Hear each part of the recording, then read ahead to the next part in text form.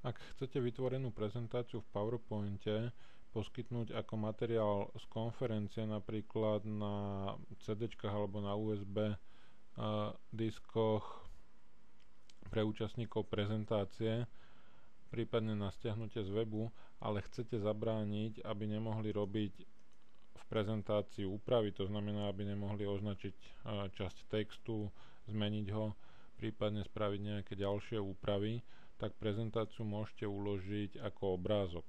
Spravíte to cez ponuku súbor, uložiť a odoslať, zmeniť typ súboru, no a vyberiete možnosť prezentácie obrázkov programu PowerPoint.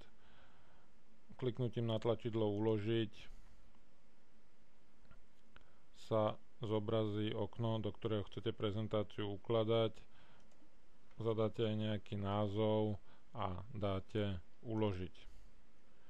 Následne sa prezentácia uloží tak, že jednotlivé snímky už nebude možné upravovať, v prípade, že by som mu teraz otvoril.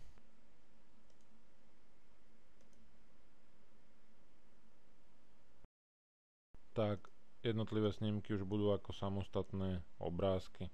To znamená, že nebude možné robiť žiadne úpravy.